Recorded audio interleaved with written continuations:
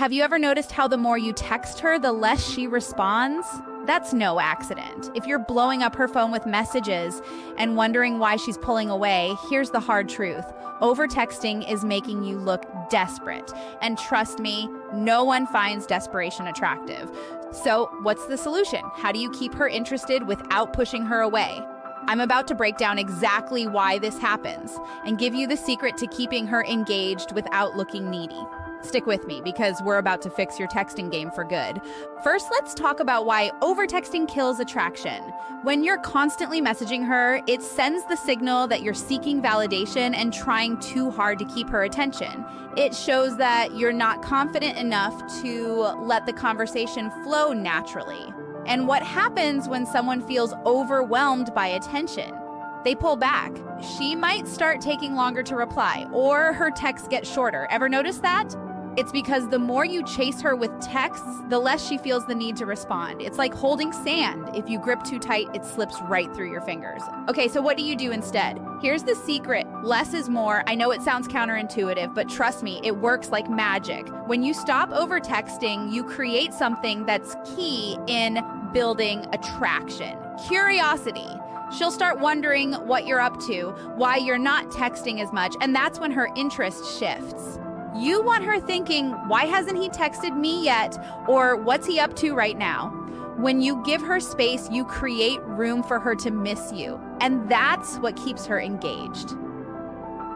But here's the thing. It's not just about texting less, it's about texting smarter. Quality over quantity. Instead of sending constant messages, make each text count. Send something thoughtful, funny, or interesting that sparks a conversation. This makes her look forward to your texts instead of feeling overwhelmed by them. Instead of, hey, how's your day? For the third time, try something like, you won't believe what just happened at work, or share something that makes her laugh. That way, you're bringing value to the conversation and showing her that you're worth her time. But you might be thinking, okay, Yasmin, I'll text less and send better messages. But how do I know this will work? That's the magic part. When you make these small changes, you're not just changing the way she sees you, you're changing the whole dynamic of the relationship. The moment you stop over-texting and start playing it cool, something incredible happens. She starts leaning in. She's the one waiting for your next message. Curious to know how to keep that energy going? I'll share the final tip that'll keep her hooked, but let's dive deeper into what makes this work first. So here's the key to keeping the energy going strong: balance. Don't disappear completely.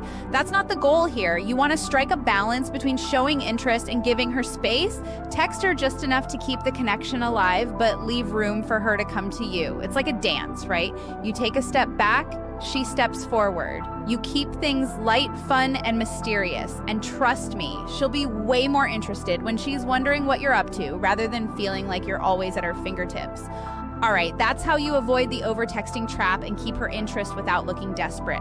Remember, it's all about balance, less is more, quality over quantity, and leaving her curious. If you follow these steps, she'll be looking forward to your texts, not dodging them. If you found this helpful, make sure to hit that like button.